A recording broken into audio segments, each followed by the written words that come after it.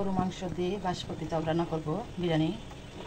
তার জন্য এখানে টমেটো, নারকেল, এলাচ, লং, তারপর গোলমরিচ এবং দুধ পাউডার দিয়ে দিব।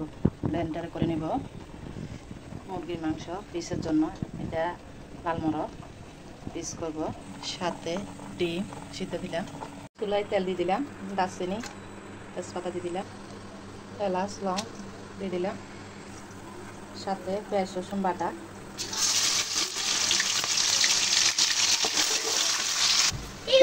একটু আদা বাটা দিয়ে দিব, সাথে টমেটো দিয়ে দিব,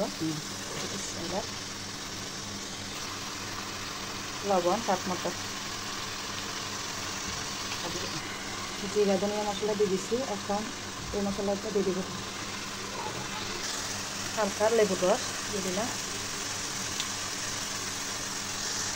মশলাটা কষানো হয়ে গেছে, এখন একটু পানি দিয়ে দিব। এখন মাংসটা দিয়ে দিব।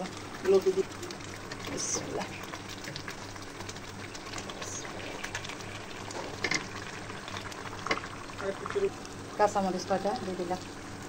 এখন পিসের জন্য দুধ পাউডার নিয়ে নিচ্ছি। একা হাতে ভিডিও করতেছি তাই দেখাতে পাচ্ছি না। এখন গরম পানি দিয়ে দিব। মাংসটা কষানো হয়ে গেছে, এখন দুধটা দিয়ে দিব। 1 কাপ দুধ দিয়ে দিলাম। আমি এখন মাংসটা ধুয়ে নিলাম। এখন মশলা সবগুলো দিয়ে দিব, দেখতে থাকুন আপনারা। ডিমেতে হালকা হলুদ দিয়ে দিলাম, দারচিনি তেজপাতা। এখন পেঁয়াজ বাটাটা দিয়ে দিব, পেঁয়াজ বাটা রসুন বাটা দিয়ে দিলাম। এখন এখানে নারকেল বাটা, টমেটো পেস্ট, এলাচ লং সবগুলা এগুলো দিয়ে দিব। এখন সাথে দিয়ে দিব মিষ্টি দই, হ্যাঁ লেবুর রস দিয়ে দিছি আগে, স্বাদ মতো লবণ দিব।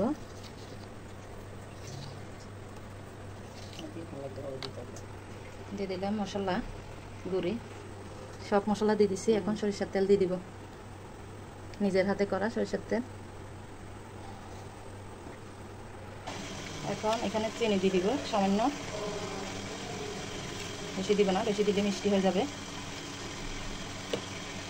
আম নিয়ে আসলো, এই যে অনেক বড় আম, ওটা কাঁচা পাকি যাব, বাসা রাখিয়ে দিলে। মাংস কষানো হয়ে যাচ্ছে।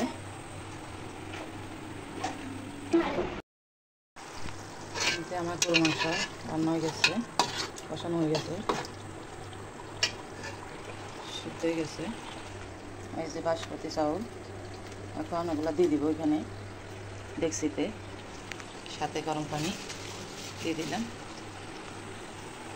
বাসমতি চাউলটা দিয়ে দিলাম। এখন লাড়াচাড়া করে নিব। যে সব কিছু কষানো হয়ে গেছে, এখন গরম পানি দিয়ে দিব। পানি দিয়ে দিলাম, সাথে এই যে চিকেন রোস্ট আর ডিম আলু গরম করে নিচ্ছি। রাত্রিবেলা রান্না করে রেখেছি, এখন সকালবেলা চলে যাবে 8টার দিকে গ্যাস, সেই জন্য রান্না করে ফেলতেছি সারাদিনের জন্য। শুক্রবার আজ।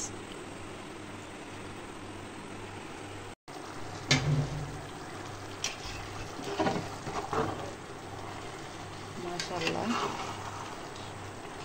বিরিয়ানি রান্না হয়ে গেছে।